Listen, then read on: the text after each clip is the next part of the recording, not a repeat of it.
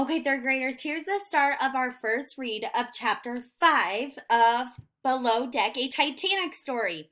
Our essential question for chapter 5 is, how do Grace's actions reveal the central message? So as I read 2 times chapter 5, you are looking for evidence to support the essential question, how do Grace's actions reveal the central message of the story?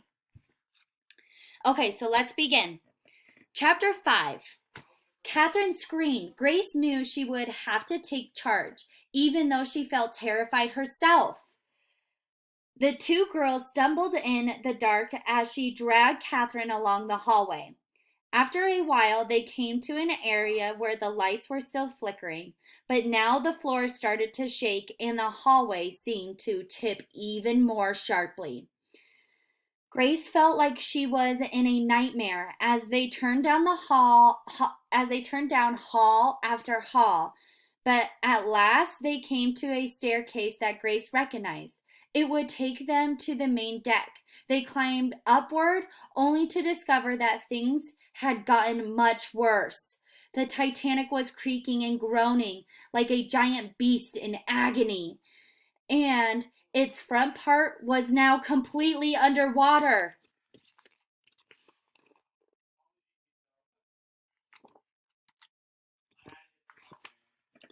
Most of the lifeboats had been launched, but there still seemed to be as many passengers on board the Titanic as ever.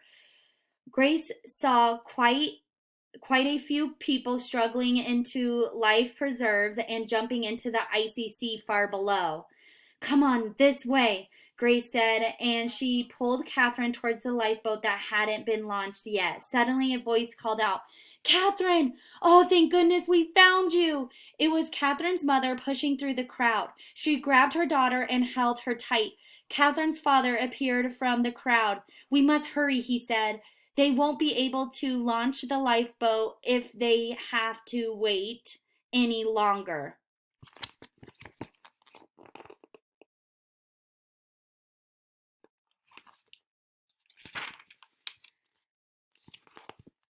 The 3 of them started moving towards the ship's rail, Catherine's father roughly pushing people out of their way. Grace followed and found herself at last looking down into a lifeboat. It was almost full, but there were still a few free places. A couple of the crew helped Catherine and her parents into the boat through the gate in the rail.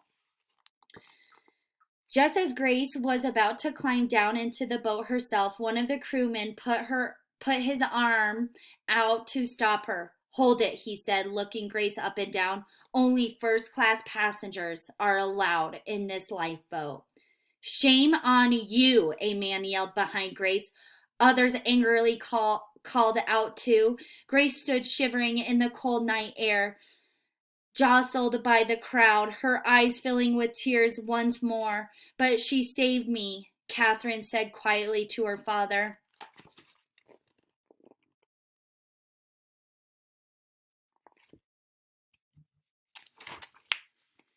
Catherine's father stood up. Let her on, he said to the crewman. She's with us. The man nodded and helped Grace down into the lifeboat. She sat on the bench next to Catherine, who squeezed her hand. I couldn't let them leave you behind, said Catherine. I'd still be lost if it hadn't been for you. Grace looked up at Catherine's parents, who were watching them.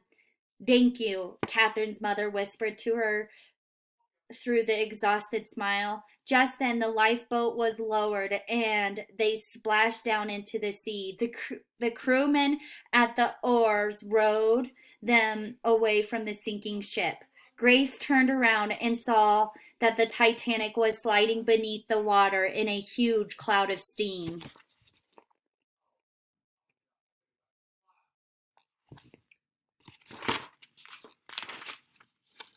Catherine's father leaned over. Don't worry, Grace, he said, with a kind expression on his face.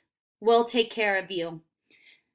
As the lifeboat bobbed gently on the waves, Grace wondered what would happen next. She was only halfway to America, but at least she felt safe for now, sitting between Catherine and her parents.